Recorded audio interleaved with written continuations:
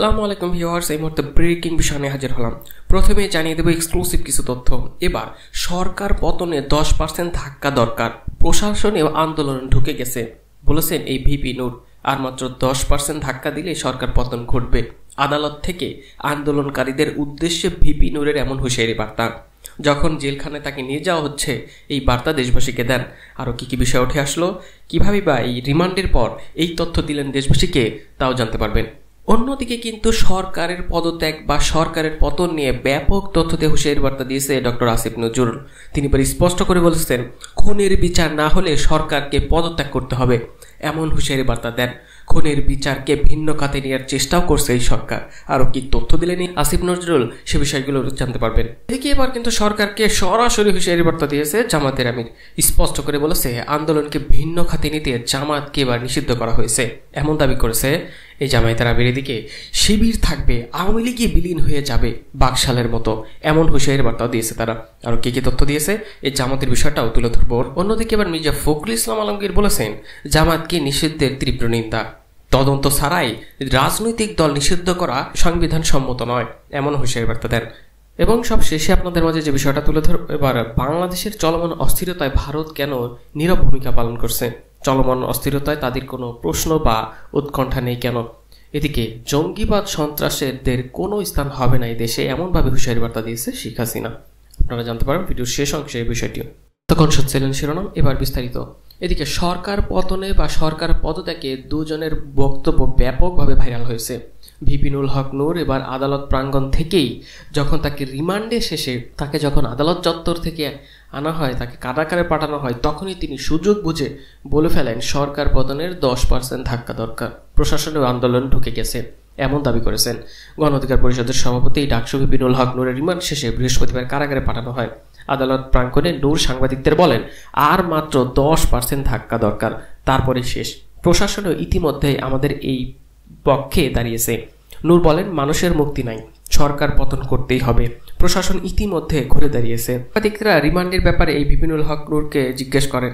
তিনি বলেন, অমানবিক নির্যাতন হচ্ছে, চোখ বাইন্ধা ঝুলাইয়া পা বাইন্ধা নির্যাতন হচ্ছে, আমরা ভিতরে থাকলেও আন্দোলন চালাইয়া যাইতেই হবে, এভাবেই বার্তা দেন দেশবাসীকে এই ভিপি নূর। নূর আরও বলেন, 90% পতন হইয়া গেছে এই সরকারের, প্রশাসনের মধ্যেও আন্দোলন ঢুকিয়া গেছে, এখন কিছু জনগণকে রাস্তায় থাকতেই হবে বা থাকলেই হবে, মাত্র 10% ধাক্কা দরকার, তারপর শেষ। তবে দেশবাসীকে বার্তা দেন এই ভিপিনুল হক নূর।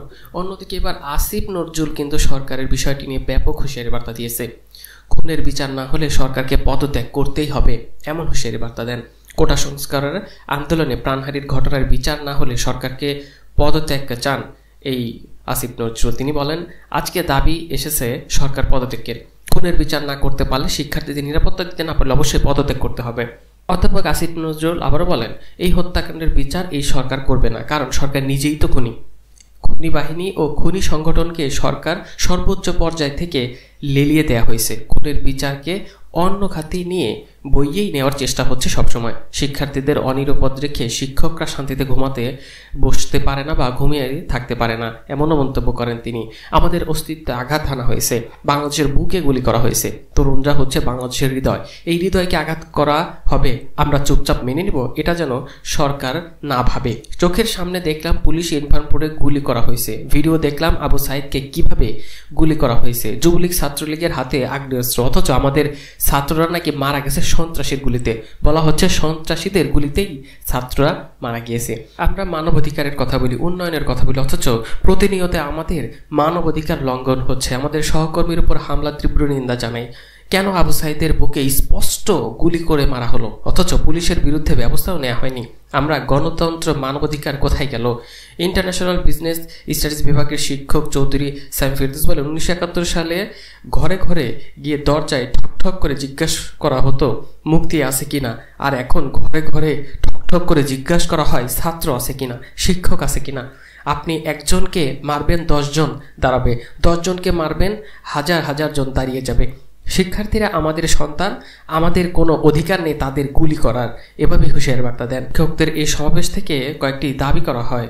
দাবির মধ্যে সবচেয়ে উল্লেখযোগ্য সেটি হচ্ছে হত্যাকাণ্ডের বিচার ও আটক শিক্ষার্থী সহ অন্যদের নিঃশর্ত মুক্তি দিতে হবে, কারফিউ তুলে নিতে হবে, ব্লক রেড নামে গ্রেফতার বন্ধ করতে হবে, সব শিক্ষা প্রতিষ্ঠান খুলে দিতে হবে, এভাবেই দাবি করেন। এদিকে এবার আন্দোলনকে ভিন্ন খাতে প্রবাহিত করতে জামাত শিবিরকে নিষিদ্ধ করা হয়েছে বলে মন্তব্য করেছেন জামায়াতের আমির। কোটা সংস্থার আন্দোলনকে ভিন্ন খাতে প্রবাহিত করতে জামাত শিবিরকে নির্বাহী আদেশে বলে নিষিদ্ধ ঘোষণা করেছে অভিযোগ করেছেন দলটির আমির ডক্টর শফিকুর রহমান। শফিকুর রহমান বলেন, সরকার ছাত্রদের অরাজনৈতিক আন্দোলনকে দমন করার জন্য দেশে দলীয় ক্যাডার ও রাষ্ট্রীয় আইনশৃঙ্খলা বাহিনী দিয়ে হত্যা চালিয়েছে। সরকার এই হত্যার বিরুদ্ধে দেশের শিক্ষা, সমাজ, সংস্কৃতি, ব্যক্তিত্ব, সাংবাদিক ও বিভিন্ন শ্রেণী পেশার মানুষ ঐক্যবদ্ধ হয়ে আন্দোলন করে যাচ্ছে। বিশ্ব সম্প্রদায় এই হত্যার তীব্র জানিয়েছে।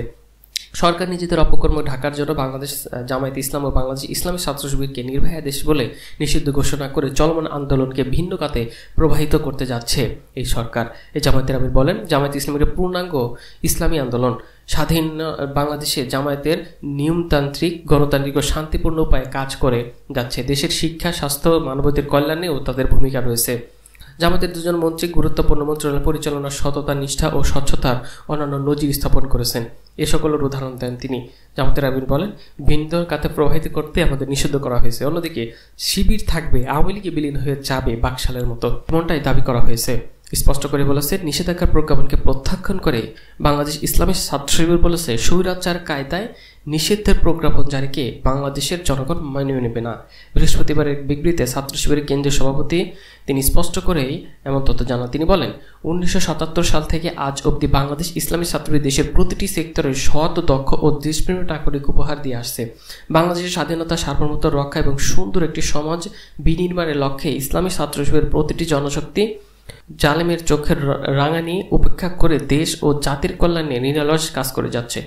গঠনমূলক কাজ, উন্নতি, নৈতিক চরিত্র ও ইসলামের আদর্শে অনুসরণের মাধ্যমে এই কাফেলা অপমান ছাত্র জনতার আশা ভরসার প্রতীকে পরিণত হয়েছে।